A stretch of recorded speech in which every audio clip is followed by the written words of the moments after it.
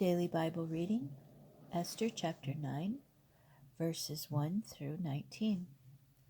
And so, on the 13th day of the 12th month, that is the month of Adar, when the king's command and decree were to be executed, the very day on which the enemies of the Jews had expected to get them in their power, the opposite happened, and the Jews got their enemies in their power.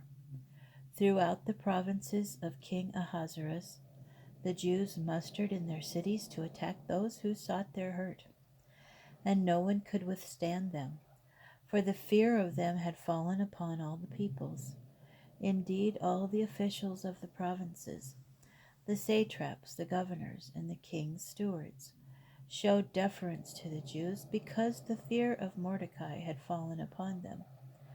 For Mordecai was now powerful in the royal palace, and his fame was spreading through all the provinces. The man Mordecai was growing ever more powerful. So the Jews struck at their enemies with the sword, slaying and destroying. They weakened their will upon their enemies. In the fortress Shushan, the Jews killed a total of 500 men. They also killed Parishandatha, Dalphon, Aspatha, Paratha, Adalia, Aridatha, Parmashta, Arizah, Ariday, and Vazatha, the 10 sons of Haman, son of Hammedatha, the foe of the Jews. But they did not lay hands on the spoil. When the number of those slain in the fortress Shushan was reported on that same day to the king said to the queen Esther, "In the fortress Shushan alone the Jews have killed a total of 500 men, as well as the 10 sons of Haman. What then must they have done in the provinces of the realm? What is your wish now? It shall be granted you. And what else is your request? It shall be fulfilled."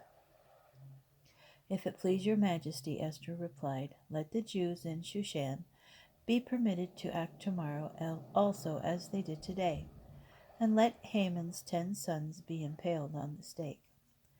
The king ordered that this should be done, and the decree was proclaimed in Shushan.